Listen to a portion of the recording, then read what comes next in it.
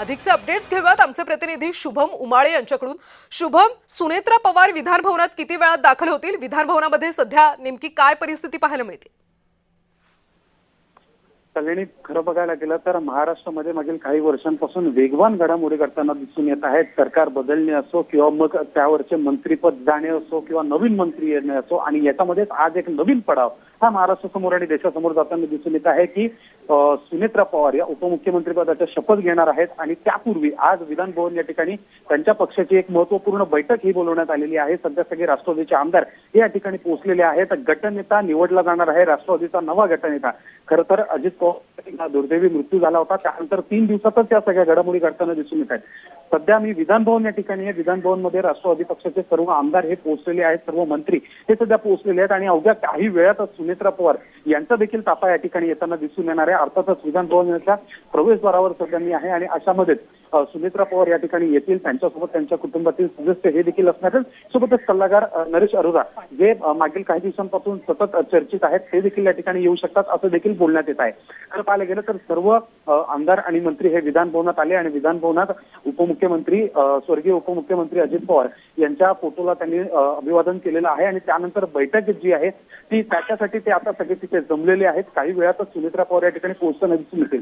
खरं तर कल्याणी, महाराष्ट्रातील राजकारण हे वेळोवेळी बदलताना दिसून येत आहे, पण अशामध्येच महायुती सरकार हे स्तब्ध आहे। अनेक वेळापासून हे देखील चित्र दिसून येत आहे। अशामध्येच महायुतीमधील घटक पक्ष असणारा राष्ट्रवादी काँग्रेस पक्ष याचे मुख्य नेते आणि राष्ट्रीय अध्यक्ष जे अजित पवार होते त्यांचा मृत्यू झाला आणि त्यांच्या मृत्यूनंतर आता सर्व या जबाबदाऱ्या सुनेत्रा पवार यांच्याकडे येताना दिसून येणार आहेत आणि त्यासाठी सुनेत्रा पवार यांची आज गटनेतेपदी निवड करण्याची प्रक्रिया जी आहे ती या ठिकाणी होणार आहे।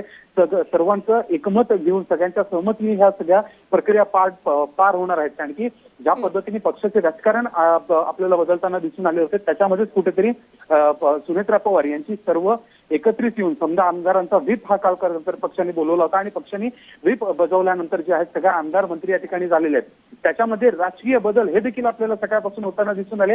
राजकीय बदल म्हणजे असे की शरद पवार यांनी पत्रकार परिषद घेतली आणि त्यांनी देखील सांगितलं की सुनेत्रा पवार ही उपमुख्यमंत्री पदाची शपथ घेणार आहे, याबद्दल कोणतीही कल्पना ही मला नव्हती अशा पद्धतीने त्यांनी सांगितलं। आणि त्यानंतर अनेक वारे जे आहेत राजकारणातले ते फिरून आले होते, तरी देखील काही गोष्टी ज्या काल रात्री उशिरा ठरल्या होत्या त्या अजूनही आहेत की आज दुपारी 2 वाजताचा व्हीप बजावण्यात आला होता। त्या व्हीपसाठी सर्व या ठिकाणी पोहोचत आहेत। इतकंच नव्हे तर मग 5 वाजता किंवा 5:30 वाजता राजभवन, ज्याला लोकभवन म्हणून आता नव्याने नाव देण्यात आलेलं आहे, त्या ठिकाणी सुनेत्रा पवार या उपमुख्यमंत्री, महाराष्ट्र राज्याच्या ज्या पहिला उपमुख्यमंत्री आहेत अशा पद्धतीने एक नवा इतिहास देखील रचला जाणार आहे। आणि खरं तर सुनेत्रा पवार यांचे पती होते अजित पवार यांचं 2 दिवस आधीच निधन झालेलं आहे आणि याच्यामध्ये समजा पाहायला गेलं तर मग सुनेत्रा पवार यांच्यावर ही मोठी जबाबदारी येताना दिसून येत आहे। कल्याणी, चित्र आपण बघू शकतो या ठिकाणी सुनेत्रा पवार या पोहोचलेल्या आहेत, त्यांचा ताफा या ठिकाणी आलेला आपल्याला दिसून येतोय।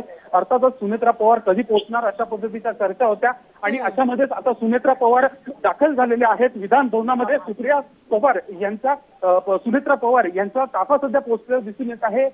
त्यांच्यासोबत अनेक राजकीय मंडळी ही देखील या ठिकाणी दिसून येत आहेत। कल्याणी, खरं तर एक महत्वाचा दिवस हा मानला जातोय। गटनेता निवडीसाठी या ठिकाणी सुनेत्रा पवार या सुद्धा पोहोचलेले आहेत, त्यांची गाडी या ठिकाणी पोहोचलेली आहे। त्यांच्या गाडीमध्ये त्यांच्यासोबत कोण कोण उपस्थित आहेत हे पाहणं महत्वाचं असेलच, पण सध्या ताफा या ठिकाणी पोहोचलेला आहे। कल्याणी, शुभम, ही दृश्य आपण प्रेक्षकांना दाखवूया तर विधान भवनामध्ये आता सुनेत्रा पवार दाखल झाल्याचं पाहायला मिळते।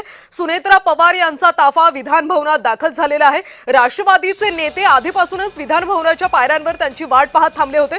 काही वेळातच गटनेता पदाच्या बैठकीला सुरुवात होणार आहे। या बैठकीमध्ये सुनेत्रा पवार यांची गटनेतेपदी नियुक्ती केली जाणार आहे आणि त्यानंतर आज संध्याकाळी 5 वाजता सुनेत्रा पवार राज्याचे उपमुख्यमंत्री म्हणून शपथ घेणार आहेत। ही सध्याची आपण विधान भवनातली दृश्य पाहतो। विधान भवनामध्ये सुनेत्रा पवार या दाखल झालेल्या आहेत। राष्ट्रवादीचे नेते सध्या विधिमंडळाच्या पायऱ्यांवर उभे आहेत। सुनेत्रा पवार यांची ते वाट पाहत होते आणि आता सुनेत्रा पवार या विधान भवनात दाखल झालेले आहेत। सुनेत्रा पवार यांच्यासोबत आणखी कोण कोण नेते आहेत हे पाहणं औत्सुक्याचं ठरेल। ही दृश्य आपण विधान भवनातली पाहतो। सुनेत्रा पवार या विधान भवनात दाखल झालेले आहेत। राष्ट्रवादीचे सगळे नेते सध्या विधान भवनात आहेत, कारण थोड्याच वेळामध्ये आता गटनेते पदाच्या बैठकीला सुरुवात होणार आहे। ही दृश्य आपण एक्सक्लुझिव्ह जय महाराष्ट्रवर पाहतो।